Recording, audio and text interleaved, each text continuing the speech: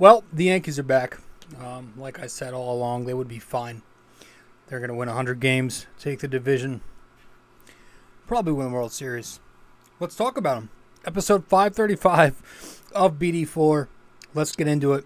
The Yankees win their second consecutive series after taking down the Texas Rangers at Yankee Stadium to wrap up a solid homestand. Let's talk. Welcome to BD4, an RJ Carbone podcast. BD4, where there is no better way to get your Yankees and Knicks analysis. We also do MMA. Yanks every series, Knicks every game, MMA on occasion. BD4 is a 5-star show on Apple Podcasts, also available in video format on YouTube and Spotify. So thanks for stopping by, and we hope you enjoy the show. Champion of the world, turning, looking, see ya! Anthony for three, bang! That one goes down, and the game is tied! Time! Penetrates, creates, and showing some dexterity as well with the left hand. Yankees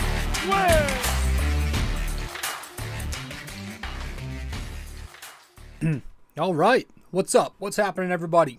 Episode 535 of the podcast. Welcome to BD4. I am your host, RJ. And you're listening to episode 535 of the podcast. Yes, welcome to BD4, where there's no better way to get your Yankees and Knicks analysis. We also do MMA. Yanks every series, Knicks every game, MMA on occasion. Great fight night card this past weekend. Two of my wives fought against each other, so it was tough to find who I wanted to win. But so instead of betting on one of them, I bet on the over/under on the rounds. I lost, but yeah, Macy Barber took care of Amanda Ribas. Both very good fighters who I like. And Josh Emmett, the dude is a warrior. He ended up losing, but he ended up becoming the story of the main event because of how good he was, or how tough and resilient, I should say. The fact that he stuck in there for round 5. I don't know why I just started diving into some MMA. I could talk about this entire card, but you know what? Fuck it. We got time to kill. It was a fun card. And, man, the prelims were fun. Tabitha Ricci won her fight. Baby Shark, she's very good.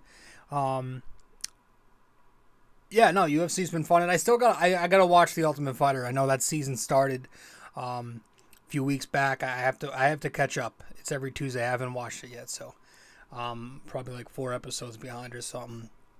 But it's unfortunate that Connor, this is no shocker, but you know, never joined the USADA pool, so he's not going to fight Chandler unless something changes behind the scenes at the end of the year. But I still want to watch this season. I heard it's I don't know, actually. I have no idea what the ratings are.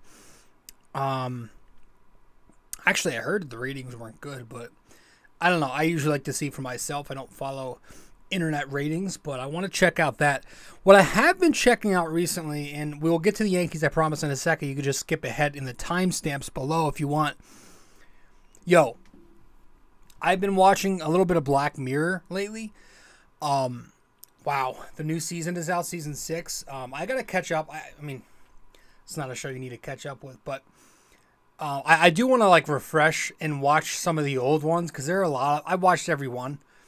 I saw all 5 seasons, and I would like to go back at some point and watch, you know, all the episodes again because it had been so long. This is the show I think that came out in, jeez. For some reason, I want to say like early 2010s. Yeah, I've seen the first 2 episodes of the 6th season, both very different. I think there's 5 episodes this season. First one was nuts. It's like, you know, I don't want to spoil it, but like, spoiler alert, you're living in like a simulation. Like, it's like different levels to each. Go watch it. It's nuts.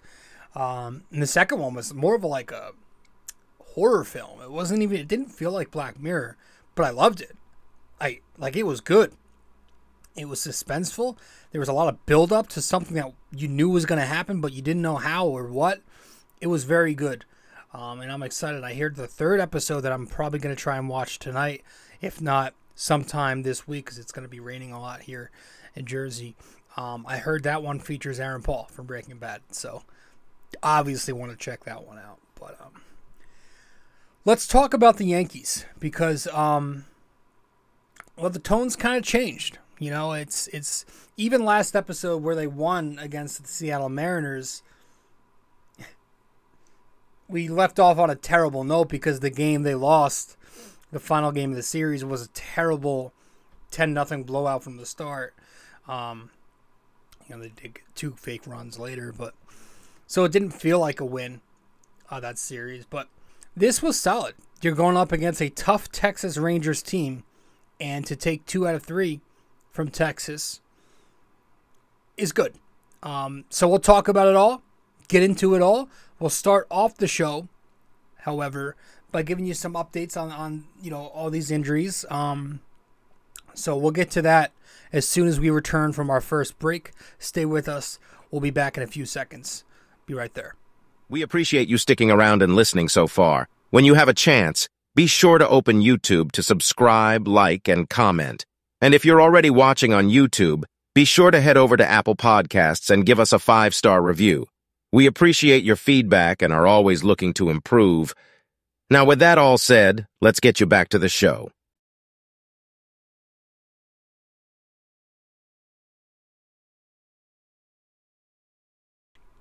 All right.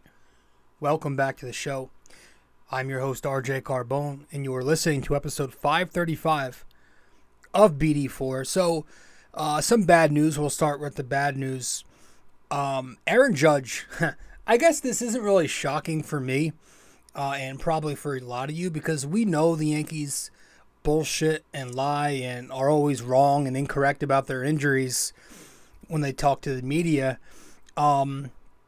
But everything, all the comments that we're hearing, the no timeline stuff, just the way Boone and Judge talked about the injury, you knew there was something more to it.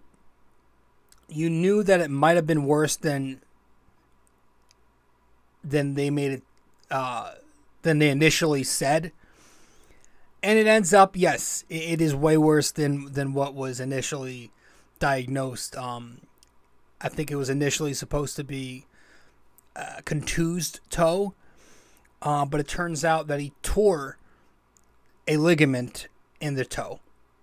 So a tear is different than a sprain.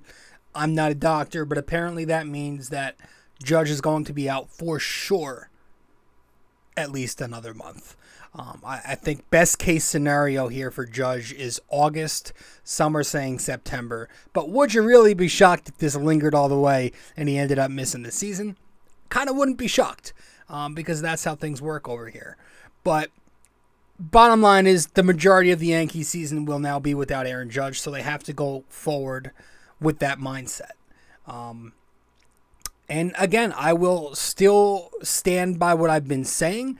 The Yankees roster without Aaron Judge, while it has a low floor, and that's on Cashman, still isn't the Oakland A's, and they should still be able to win you baseball games at a very good rate. That's on them for not doing so far. You still need guys to step up. So that's the whole Judge thing. Yeah, best case scenario, August, and that's probably unrealistic at this point. At least early August. Carlos Rodon, that's good news. He keeps progressing. He threw another rehab today with Somerset.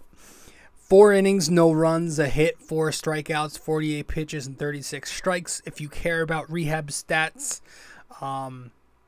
that's nice. I guess I'm just, at this point, let me know when the guy's pitching for the New York Yankees. But it seems like July is more realistic, hopefully before the All-Star break. And then Ian Hamilton is due back for the Oakland series. I forget what the injury with him was even. But hopefully he can help out with guys like, Peralta and King struggling a little bit lately. Definitely need another arm in there. Guys have been worked a ton so far in that bullpen this season. those are the injury updates. We have another thing to talk about real quick before we dive into the series. So earlier this morning, Aaron Boone was like 30 minutes late to his press conference, and there were a lot of reports out there saying that it had something to do with Josh Donaldson because Josh Donaldson made himself unavailable this morning, and supposedly he walked straight into Boone's office. They had a serious discussion, quote, and it had people thinking, oh, is this it? Is this the Donaldson DFA? Apparently, it turns out Boone just talked to him for 30 minutes to tell him how much he loves him and how much he's going to play. That's just like to sum it up, like a total fucking joke. But then he also wasn't in the dugout for today's game. You didn't see him in the dugout. So I definitely think there's something going on behind the scenes. The delusional / optimistic part of me says that tomorrow is a day off. So maybe we're going to hear something more tomorrow about Josh Donaldson retiring or being cut. I think that's very possible that the meeting today was, hey, Josh, either retire or cut. It's your choice. Or we'll cut you. It's your choice. Maybe, right? So I don't know. I think there's something more to it. Maybe I have a feeling we'll find out more tomorrow on a Monday.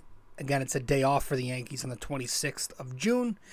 But yeah, that was something that I don't know. It was very interesting. I kind of got my hopes up then down, but now I'm starting to think a little more about something's going on again. So we'll see. But it is no coincidence that Josh Donaldson doesn't see an at-bat for 2 consecutive games to end the series, and the Yankees win both of them. Let's just wrap that up on there. With that all said, that's all the housekeeping shit. Let's get into this series. Let's recap these games, and we'll run over some talking points. So as soon as we return from break, we'll get into it all. Stay with us. Be right back here on BD4. You can also find us on social media. If you'd like, you can follow BD4 on Facebook, and we're at BD4Pod on both Instagram and Twitter. We appreciate you helping us grow more and more every day. Let's get back to it. All right. Welcome back to the show. I am your host, RJ Carbone, and you are listening to episode 535 of the podcast. So, the first game of this series where the Yankees beat the Rangers to win their second consecutive series. The first game they lose. They lost 4-2 in extra innings.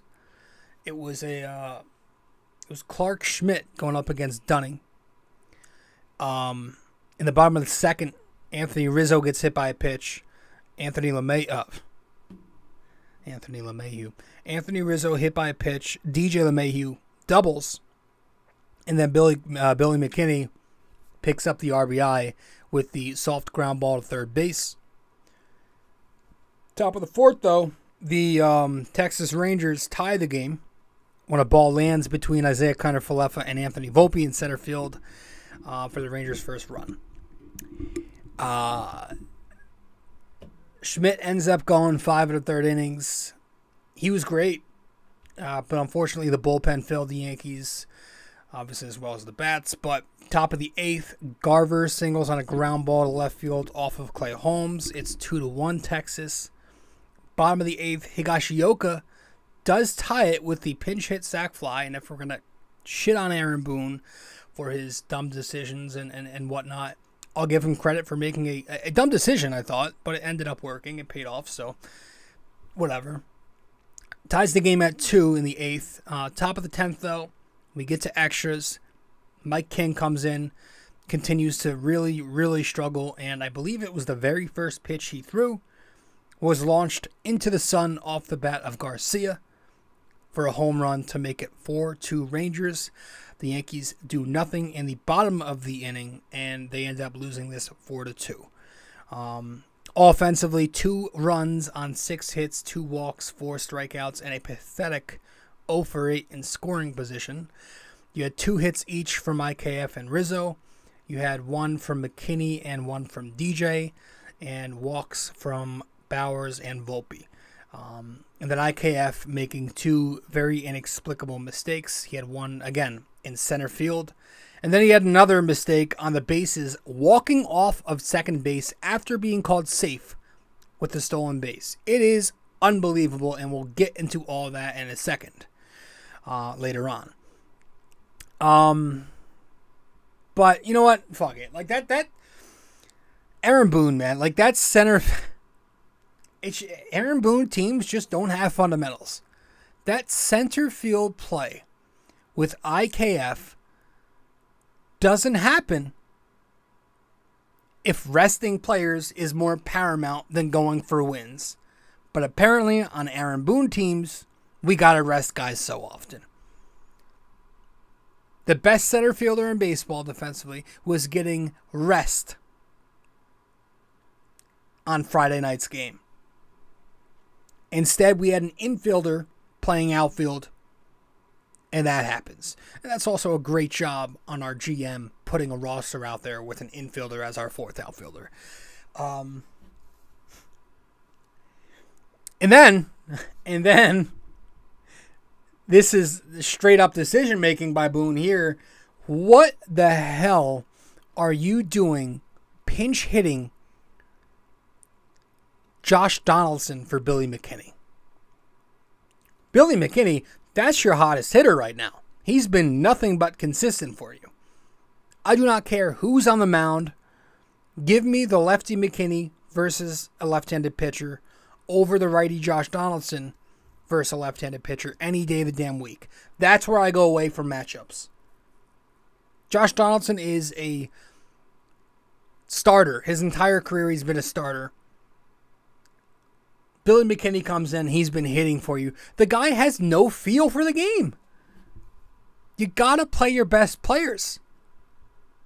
And you don't pinch hit your hottest player for your coldest player. A guy batting $125 should not be batting late in the game in a big spot over a guy who's been batting well over 300 for you. That was just unacceptable. It's not something you do. I'm sorry. On a plus, again, Clark Schmidt, 5 1/3 innings, 1 run, no earned runs, 1 walk, 3 strikeouts, no home runs allowed. He continues to just pitch very well for the Yankees. He's had a good year, Clark Schmidt. Since May, he's allowed 3 runs or less in 9 of 10 starts. He also has a 2.19 ERA in his last 7 starts. So the first month of the season was awful for Clark Schmidt. We wanted no part of him, right? We were all begging to get him out of there. I was telling everybody, this guy's not a starting pitcher. He's a platoon lefty-righty reliever. Righty on lefty reliever, right? He can't get left-handers out. He struggles a third time through the order. All that stuff, right? Those are all the narratives. But since then, man, he's picked it up big time. And I'm kind of thinking like, okay, maybe Clark Schmidt can be an adequate part of this rotation as the 5-man. Like, that's not a terrible... Like, there wasn't a single soul who could say that was the thought process in April. Nobody would have bet on Schmidt pitching like this the last 2 months now. So, I got to give credit to the guy. And I also had no problems with, I don't have a problem when Boone pulls guys like Schmidt or Brio a little earlier, because those are, again, number 5 starters who they do get bounced around a little bit later in the game.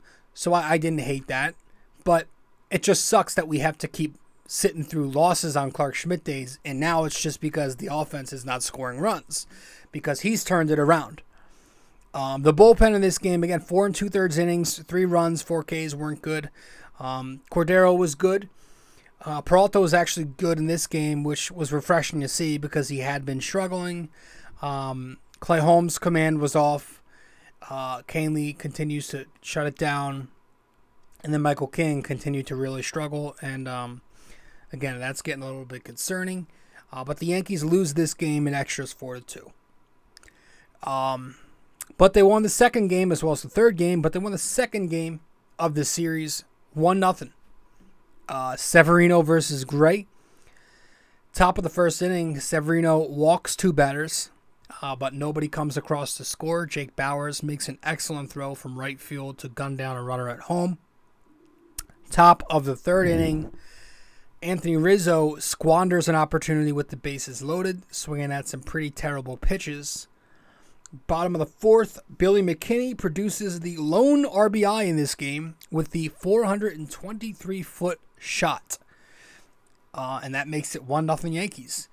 Gray goes 5, Severino goes 6. The Yankees use about 600 relievers in this game when they did not need to, but they win 1-0. 1 run on 4 hits, a home run, 2 walks, 8 strikeouts, and 1 for 2 hitting with runners in scoring position. You had singles from Bader, Rizzo, and Stanton, and then again the home run for McKinney. And that was really it for this offense. They didn't bother stringing together good enough at-bats to put guys into scoring position. Again, just 2 times on second base or further. Severino, 6 innings, no runs, 5 hits, 2 walks, 4 Ks, and the win. Or no, did he get the win? Yeah, he got the win. I think he got the win. Did he get the win? Yeah, the McKinney home run came early. He struggled early on. But again, he was helped out by Jake Bauers' throw. He found it second, third, and on, and he was overall outstanding. More on Severino later. The bullpen, Tommy Kahnle, another scoreless inning. He went 1-2-3 in the 7th. Peralta pitched the 8th, but he struggled. Holmes escaped the mess that Peralta put him in. And then Marinaccio also struggled in this game. Put 2 on with no outs in the 9th, but he worked out of it cleanly somehow and closed the game there, got the save. And that was really it for the second game. Game 3, which took place this afternoon at 1:30, the Yankees win 5-3. You had Garrett Cole going up against Nathan Eovaldi, former Yankee reject. Top of the first, you could just see it. He didn't have it, Cole. He issues the Simeon double and then a Seager single. It's 1-0 Texas. Bottom of the first, he gets 0 from the Yankees after the Gleyber Torres mistake. The other mistake that he made. Because he's made, a little bit of mistakes this season. So bad on the bases. Top of the second, Garrett Cole allows a home run and then a pair of doubles. It's 3-0 Texas. Bottom of the second, the Yankees show some life when Stanton walks, Bauers doubles, LeMahieu doubles. A lot of doubles in this game. And then it's 3-2 Texas. They had a chance to do a little more, but Volpe missed a fastball down the plate. And then Trevino did Trevino things because he can't hit worth a shit, unfortunately. Top of the third, Cole, still not pitching well at all, allows a loud single to right field to put runners on first and third with nobody out. But he gets out of it with a long fly ball to Harrison Bader. Yankees go down in the third inning. Top of the fourth, Cole labors again, but gets a second straight scoreless inning. Bottom of the fourth, another lifeless inning as Bauers walks, but DJ LeMahieu grounds into a lazy double play. Top of the fifth, once again, another inning where Cole has to labor, and he ends up leaving the game with first and third 2 outs. Cordero comes in for him because the Yankees have their stupid little, cupcake bullpen rules. And he gets a chopper to Rizzo to end the threat. But bottom fifth comes, and you guessed it, another sewer trash inning for the Yankees as they go down 1-2-3. They looked really bad in this game. I was ready to trash them, but they ended up scoring 5. Cordero was bad in the 6th. Puts 2 on with no outs. Pulled for Nick Ramirez. He comes in and gets the job done. Bottom of the 6th, Bader breaks the skid with a 1-out double in the gap. That was the first hit Eovaldi allowed since the second inning when DJ hit the 2-run double. But it didn't matter because Rizzo grounds out on a 3-1 splitter. That moved Bader to third with 2 outs, but after Eovaldi's pulled, some random reliever comes in, and then Stanton ends up getting out. Top of the 7th, Ramirez gets the Rangers to go 1-2-3, and then DJ, you had him making that incredible play, going to his right and making a nice throw to Rizzo at first. And then the bottom of the 7th, the Yanks go down feebly 1-2-3. Scoreless pitching from Marinaccio in the 8th. And then the Yankees finally break out of it in the bottom of the 8th. The Anthony Volpe leadoff double. Then you get a Jose Trevino base hit to shortstop. So there you go. He had one there. Gleyber Torres not bunting, pops it up. Rodriguez comes in to face Bader from there. And then Bader starts the big rally, blasts his second double of the game to plate 2. And this puts the Yankees up 4-3. Rizzo was intentionally walked to make it 1st and 2nd for Stanton with 1 out. And Stanton took that as an insult and laces a base hit to left field to plate another run. The Yankees go up 5-3. Bowers takes the plate, almost keeps it going, but lines right into a double play at second base. Still a big inning for the Yankees, who were running out of time. And then you get in the top of the 9th, Michael King coming in to close it. He gets the job done, gets revenge on Garcia to end the game. And the Yankees win. 6 doubles from the bats. That was nice to see. That's very refreshing. This is not a team who hits a lot outside the home run. So to see them, do that was good. It was good to see some fight from the lineup too. They went down 3-0 early, but battled back and took the 5-3 win. Again, the only thing was not bunting there from Torres. That was annoying, but Gleyber Torres obviously doesn't have the brains to think of something like that, nor do I trust him to lay one down. Plus, the Yankees also just don't have the baseball feel to go away from their philosophy. But 5 runs, 8 hits, 6 extra base hits. They batted .276 in the game. I'm not going to complain because we've been in desperate need of a game like that. Even 5 runs, it feels like a 10-run game at this point from this team. Garrett Cole, 4 2/3 innings, 3 runs, 9 hits, a walk, 7 strikeouts. Didn't have it, though. He wasn't good. No breaking ball at all today. He was mislocating the slider from the jump. That got banged around. His fastball, it sucked. It was all over the place in the first inning as well.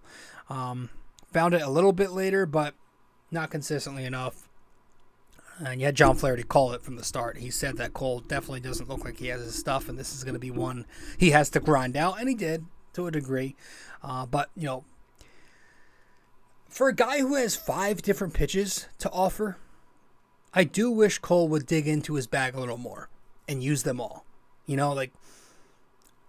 was struggling a lot today to finish guys off. He had a lot of 2-strike counts, but guys were fouling him off, making contact on him. I was hoping to see him offer more, but he didn't. And for a little bit now, he's been going mainly 4-seam slider. I just wish that sometimes he'd show the changeup a bit more, the knuckle curve a bit more, and that cut fastball a little bit more often, just to keep them honest. You know what I mean? I don't know. I just wish sometimes he'd flash his arsenal a little more than he does. At the end of the day, it was a bad start from him, but he didn't ever implode, so it was good to at least have him keep them in the game. So that was the series. We got a few talking points to run over, and that'll be that. So we are going to head to break, and then we'll get back and we'll talk about a few things as soon as we return. Stay with us. Episode 534 or 535 of BD4. I'm your host, RJ. We'll be right back. If you have time in the day or maybe just prefer old-fashioned reading over listening, then you can always follow along and subscribe to BD4 Blog by going to bd4blog.com. We're not on there as often, but when we do post, it's just as entertaining, opinionated, and passionate as we are on this podcast. Thank you so much. And let's keep on with the show.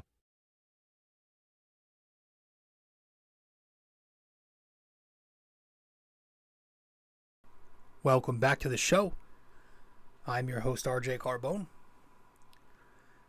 And you are listening to episode 535 of the podcast. Thanks for tuning in to BD4. I promise we're going to get to a lot of positive. We will. But what's a BD4 podcast without some negative? But no, I do want to start with some not so positive things because this needs to be talked about. These piss poor fundamentals keep showing up every single series. And listen, I'm not going to try to keep bringing this up, but you're starting to see mistakes that you never usually see, and you're seeing them on a nightly basis. And that right there is yes, it's on the players, obviously, but it also falls on the manager. And my dislike for this guy as a manager, it grows tremendously every night, not just because I wanted to, but because I don't think he's a great manager. You've got to have your team ready and prepared. And this Yankees team, forget World Series caliber, but they're supposed to be a professional Major League Baseball team. That's it. But they lack simple, like unsophisticated, just fundamentals, basic fundamentals that you should learn at age 5 on your local elementary school baseball field. The play on Friday night with IKF in center field cannot, must not, and should not ever freaking happen. But it did. And all of these mistakes are just insane mistakes that should not ever occur. This month alone, we've had Luis Severino balking 2 times in 1 inning. Nick Ramirez balking a guy home to score against the Red Sox in an important series. Garrett Cole today balked a runner to third base with 1 out. We made about 5 or 6 errors. They weren't all scored as errors because Fenway is biased, but we made about 5 or 6 errors in one single game on that Friday night Red Sox game a few weeks back. We made 3 errors in 1 inning against the Seattle Mariners last week. How about the catcher's interference to score a run with the bases loaded and the number 8 hitter up from Higashioka against Boston? Gleyber Torres, it seems like on a nightly basis, does something wrong in the field or on the bases. Today, his latest blunder was on the bases in the first inning, not tagging up and going from second, trying to go to home plate on a fucking pop-up to Marcus Semien. It is unbelievable. I mean, this shit is so bad. It is so unacceptable and egregious. I've never seen anything like this in my life. And don't get me wrong, the Yankees, while not a great team, are better than the Oakland A's. But I will say, I don't even think the Oakland A's have fundamentals this bad. Maybe they do, but I don't. It's hard to envision many other teams having fundamentals as bad as the Yankees do. This is like fundamentally flawed at their core. It is disrespectful to be committing these kinds of mistakes this often if you're to be considered a major league ball club. I mean, sometimes I watch these games, man, and I am just in awe. I really am in awe. I am shocked at what I see. And quite frankly, I get a little pissed off that it's not blowing up in local media as much as I feel like it should be. It's really bad sometimes. And of course, because this guy, Boone, is the epitome and the poster child of the modern Yankees, he doesn't hold them accountable much. Which is exactly why this keeps on happening. That's the problem with this whole player-friendly thing. This laissez-faire mentality does not work for winners. It doesn't groom championship caliber players. It grooms losing players. So, sure, he'll bench a guy every here and there, really not that often, but I want to hear him hammer into one. I want to hear him talk some shit on the postgame. He doesn't have to throw his guys under the bus, but the fact that he sits there and I'd rather hear him not comment on it, but the fact that he sits there in the postgame and he brings it up and he compliments them after they make stupid mistakes is getting really annoying, and that says a lot about what he probably does and says in the clubhouse. Because it wouldn't keep happening if it wasn't addressed. If it was addressed. It's very frustrating. But I want to get to the positive now, all right? We'll get that negative out of the way, and we'll stop bitching and moaning off of a very impressive series win. So when we return from break, we'll talk about some of the veterans who've been heating up lately on this Yankees team. We'll be right back. A few seconds. Episode 535 of BD4.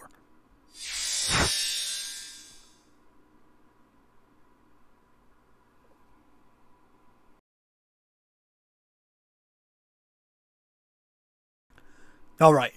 Welcome back to the show. I'm your host, RJ Carbone, episode 535 of the podcast.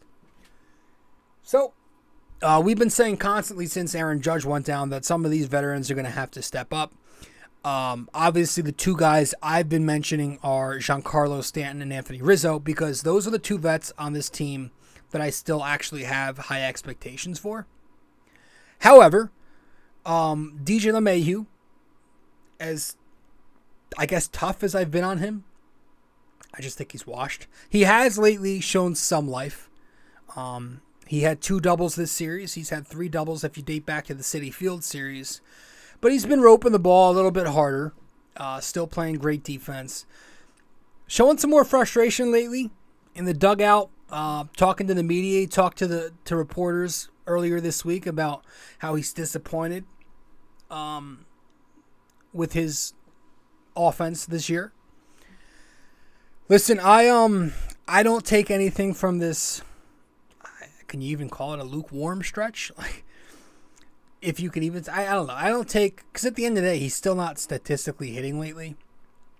But he's shown something lately. I guess that's the best way I could put it. I don't know that I take a lot from it, but if it's still in there, that'd be wonderful for him to be this 260 hitter at this point, with some double and home run pop, consistently. Like, it'd be nice. Because when this offense is going, a lot of the time that's with DJ going, right? You hear that a lot. But I don't know. I don't know that I see that. It is refreshing, though, to see him connect a little more lately. And maybe Oakland helps get him going. That can always help to face some double-A pitching, right? But he has hit a little more lately. But the two guys we talk about, Stanton and Rizzo, right? Stanton had been concerning me for a little bit. Hadn't been hitting at all heading into this series, and even the first game he didn't hit. And it's like it's gotten to a little longer stretch than you expected, because we know he slumps when he comes back from injury. But he looks stiff. He wasn't moving well in the outfield the other day. His body's been breaking down the last few years. The power hasn't really been there. The fear factor doesn't seem like it's been there with him either. Like, Rizzo was intentionally walked. He bats in front of Stanton. That's new. You don't see guys intentionally walk guys to get to Giancarlo. And so I mentioned in the last episode if I should start thinking about the word, the W word with him. I'm still thinking about using it. I'm going to wait back on it a little more, but, I extended his leash a little bit because he did finish the series on a solid note. So, nothing crazy, but it was enough for me to extend the leash for the time being. In his last 2 games, 2 for 6, a walk, and RBI, and that RBI came in a very big moment today. So, we'll see where that goes. Stanton, I think, usually hits Oakland pretty well, so hopefully that can help him. We'll see. Again, I don't want to use the W word like we have with DJ and Donaldson, but we got to see a little more. Rizzo was concerning a whole lot of folks for a while there. He literally was not hitting the baseball at all. Like, when he got hurt at the end of that San Diego series, he wasn't hitting from there up until the Fenway series. It was a 10-game stretch where Anthony Rizzo was 2 for 37. I don't even know what that is. That's so bad. 2 for 37. But since that Fenway series, Anthony Rizzo has hit in his last 9 games, so almost as long as that slump. He's batting .310, 9 hits, 4 walks, 5 RBIs. It seems like he's back, like he's good again. The home run ball still hasn't returned. That's dropped off. But I think that'll start coming again now, so long as he keeps hitting. He had some tough swings in this series for sure, but he is hitting again, and I'm good. And remember, I said too during the slump, well, it could have been the neck. It also could have just been the fact that his batting average on the season before that giant slump was up to 305. So sometimes just a little bit of market correction takes place, right? So those guys are starting to swing the bat a little bit better. Maybe Anthony Volpe is finding something. Because while we're on the topic of bats that might be coming alive a little bit, well, Anthony Volpe, since he changed his batting stance and he closed off his front foot, since that Citi Field series, in his last 11 games, 8 hits, 5 extra base hits, 6 walks, a 370 OBP.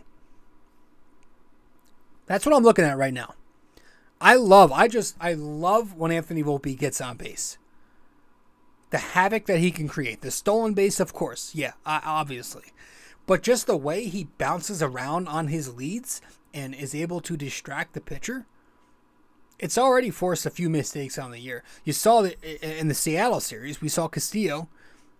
He got distracted. He makes a mistake to Jake Bauers, which ends up being a home run because Volpe's on the bases dancing. And that's nice to see. But yeah, the ball seems to just be coming off the bat a little better recently. Some line drives in there, going the other way a few times, and that's what we want Anthony Volpe to focus on. I want to see Anthony Volpe level off that swing a little bit more, focus on hitting line drives, doubles, because if he can level off that swing, start making consistent contact, he's going to be a doubles machine with his speed alone. And if he's a doubles machine, he's already got home run pop, so that likely means he could become a high average hitter. I think it's in there somewhere. He's just got to figure out a way to. I don't like the uppercut. I don't. I'm happy he closed off the stance a little bit, but I don't love the uppercut. So I don't know. If he hires a personal hitting coach like Aaron Judge does, maybe he becomes a high average hitter sometime down the line. But again, we've seen better signs of late with him focusing on, closing off that stance and trying to get more of an opposite field approach or up the middle and not just pulling it and yanking it down the third baseline. He seems to be more balanced and clean with his approach at the plate there. So it's good to see that. On the flip side of things, while the offense has had its ups and downs, how about the pitching? Because it really feels like the pitching has been mainly just up. I feel like people don't give this pitching staff, top to bottom, bullpen, the rotation, I feel like they don't give it enough credit. Listen, we rightly complain about the lineup scoring 2-3 runs a night and not hitting. But if you look up every night, it's pretty damn often where Yankee opponents are being held to 4 runs or less. It's pretty great. The pitching staff has done a pretty fantastic job. Whatever formula they use, they avoid run scoring. And that's all that matters, obviously, on the pitching side of things. Keep runs off the board. The Yankees on the season are 4th in ERA, 15th in starting pitching, and 1st in bullpen. You go to the rotation. Cole has been the ace. Obviously today happened, but he's still been awesome. The ERA is still in the high 2s. The Yankees are also 13-4 when he pitches. Obviously I talk about that a lot.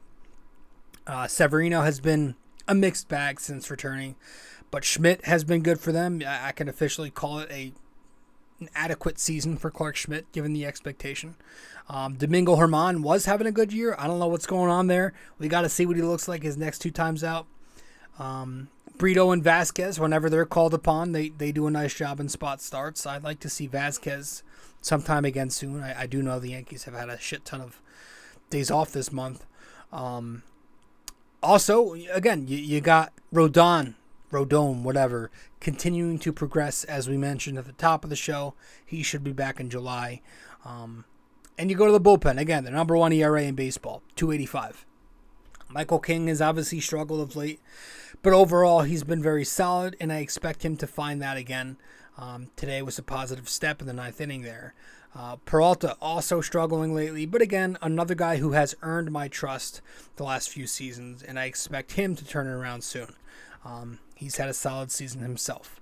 Clay Holmes has been absolutely fantastic for the Yankees. Just recently gave up his first run after 20 consecutive scoreless innings. He's been great in this flex role the Yankees have him in. And you got Hamilton coming back this next series. He was one of the Yankees' best arms before the injury, if not the best. So Ian Hamilton's coming back. Marinaccio has been fine. Cordero's been okay. And Kahnle. Tommy Kahnle has just been exceptional for the Yankees so far. And speaking of Tommy Kahnle, I'm tipping my cap to him because he had a hell of a series. Tommy Kahnle this series, 2 innings, no runs, a strikeout, no walks, 1 hit. I got to give the guy credit. I did not have any expectations, or I should say I actually had low expectations for Tommy Kahnle when I heard he was returning. I think I said, I think I did say a mop-up role. I literally thought this guy's career was over. I thought he was cooked. Because you look at his last few seasons, and between injuries and just underachieving, it hasn't looked good for him. The last full good season he had was when he was with the Yankees, the first time around. So I didn't expect shit, but was I wrong? At least so far, he's looked incredible. That fastball change sequence has been excellent. And not only has he held every offense scoreless so far, knock on wood, with a 0 ERA, he's limiting traffic a ton too. Not a ton of hits, not a ton of walks. He just comes in and he gets the damn thing done. He's got a 0.41 whip on the season right now. So shout out to Tommy Kahnle for killing it and proving me absolutely wrong so far. And this will be now the 3rd time this season where Tommy Kahnle has gotten a cap tip. So, good for you, dude. And while we're tipping our caps, might as well go to the mound and tip it out to Severino. Luis Severino. Again, 6 innings pitched. No runs, 4 Ks, 95 pitches. And I was fine with that being it for him. I think he was in need of a confidence game. A nice win to get him, through 6 scoreless and call it there. That was fine by me. But he looked great. The fastball velocity was excellent again. Last 2 starts, the velocity has been back up. It had that late movement to it also. And I think he'll be okay. I think last start was encouraging to a degree, but then this one was really strong. It was a good stepping stone last start, and I think he maybe just went through a little bit of a dead arm period. Again, he didn't have a spring training, all that stuff. So I'm hoping he's good. But he was very fastball aggressive in this game. He rode that 4-seam, I think 40-something times with the 4-seamer the S graphic showed. And then he went to the slider as his secondary pitch. Yeah, the confidence was there. You could see it working out of jams, pumping himself up. And it's good. He did this against a very tough Rangers lineup too. To be able to navigate that lineup, the number 1 offense in baseball, while only having 1 run of support, makes it all that much more impressive. So if there are any contenders out there looking for a relatively young right-hander in his prime to rent out for the season, Sevy is your guy. If the Yankees end up selling. But I don't feel like that's going to happen. But Severino now, after this start, has 3 cap tips on the season. So it was a very good job for Luis Severino to be able to bounce back like this with 6 very strong scoreless innings. And lastly, I'm tipping my cap to Harrison Bader. Harrison Bader. Wonderful. It was tough. I was going to go McKinney. I was thinking about Rizzo. But Harrison Bader saved himself with a massive afternoon today. Finishes the series with 2 doubles and a single. Raises the OPS on the season up to 751. He's got 2 doubles, 2 triples, and already 6 home runs on the year. But he was 3 for 9 this series. Couple RBIs in there. A run scored. He was great. He won today's game with the 2 doubles. Without that second double, the rest of the inning very well may not have happened. You know, that's who he is, though. He starts the engine. He's that spark plug. He also had the base hit yesterday. And, again, had he played on Friday night, we could be talking about a Yankees sweep. Because that IKF play probably does not happen if the best defensive center fielder in baseball is out there in Game 1 of the series. But Harrison Bader gets my tip of the cap for continuing to play very well for the Yankees. His bat has been better than I thought it would be since he's came here. Since he's come here. He hit in the playoffs last year, and it's looking like that's kind of continuing so far with the Yankees this year.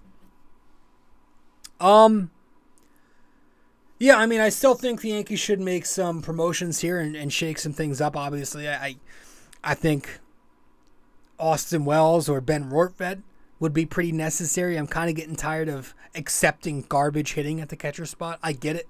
I know catchers are there for defense, and the Yankees have gotten defense, but we need a spark. We need new faces. We need to have some excitement here. Go with the lefty Rortvedt. Go with some youth in Austin Wells who can play some corner outfield, by the way. Peraza, obviously, we all want him up here over Donaldson. So maybe when Donaldson announces his retirement tomorrow, we see that. Jeez, that'd be nice. Yeah, I mean, that's kind of it. You know, so if you remember in the, after the LA series, the first series of the month, Judge goes down, and my goal for the Yankees, I wanted them to finish out the month going 14-9 from that Chicago White Sox series, the first series without him, to the end of this St. Louis series, which ends, I think, July 2nd or something. I wanted them to go 14-9 on the stretch without Judge. Well, so far the Yankees are 7-10, so it's not happening. Even with these 2 wins, that's pretty awful. However, the Yankees are winners in 4 of 6. And they have a very good shot to get hot now with Oakland and St. Louis coming up to wrap up this stretch. So while they failed that goal, I'm going to set a new one here. I'm going to aim high. And I want the Yankees with 3 games versus a putrid last place 20-60 Oakland A's team. And then 3 more games against the last place 32-45 Cardinals. I think it's very necessary for the Yankees to go 5-1 if they want any chance of doing damage in the AL East wildcard race. I don't know that 4-2 does it, because Baltimore just keeps finding a way to win. So I think the Yankees, I think they should really try. I mean, these are 2 terrible, terrible teams. You have to sweep Oakland. And you should take 2 from St. Louis. But speaking of Baltimore, after the road trip, the Yankees come back home to host the O's. So that's going to be a huge series, all depending on what happens on this 6-game road trip. But, yeah, staying current. It's nice to go 4-2 on this homestand, and hopefully the Yankees can keep this going out west against Oakland and get this sweep that starts on Tuesday night. And I think that's that. So I appreciate you guys stopping by. Not much in this episode, but just wanted to run through what was a very solid series for the Yankees. And how do I still feel about this team? Not great. I continue to say this team has a floor of 88 wins and the second wild card spot. And they have a ceiling of 95 wins and the first wild card spot. I still stand by that. Either scenario could very well happen, and I wouldn't be shocked. I think that's the best way to put it. So, with that all said, let's wrap it up with our trivia question as soon as we return from our final break. Stay with us Be right there, episode 535 of BD4. Studio 69 Productions is a production company that allows content creators of all genres to market their podcast or whatever project they're working on. It's an online platform that will promote your content, no problem. All you have to do is get in touch with film director and podcast producer Leo Rodriguez from Say No More Podcast, and you're good to go. You can find him on Instagram at Studio 69NJ, Studio 69 Productions, where dreams are heard and born. All right. Welcome back to the show. I'm your host, RJ Carbone. And you are listening, to episode 535 of BD4. Let's wrap this up with our trivia question of the day, and that'll be that. Let's get to it.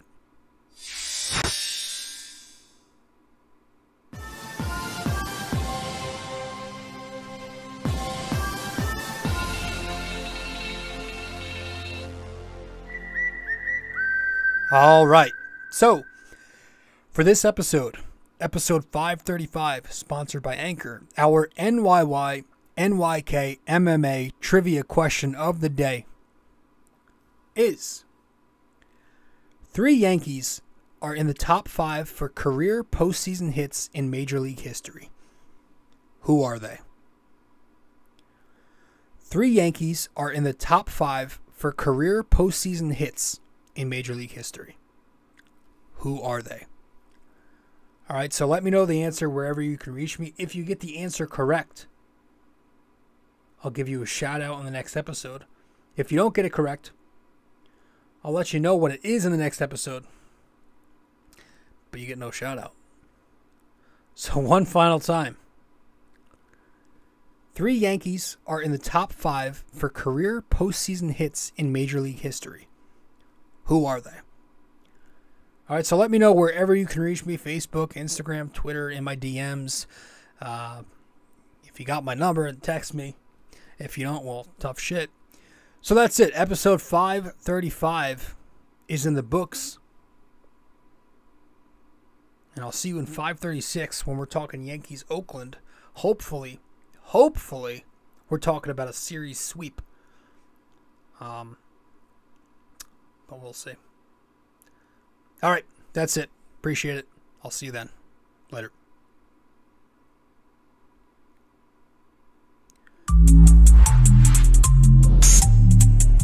This episode was brought to you by Anchor. Hey there! If you stayed the entire way through, we thank you immensely for it. We hope you enjoyed this podcast and that you come back for the next episode real soon. Don't forget to like, subscribe, comment, download these episodes, and share them with your friends as well. BD4 is a 5-star podcast simply because of you, and we'd like to keep it that way. Have a wonderful day. Go Yankees, and go Knicks!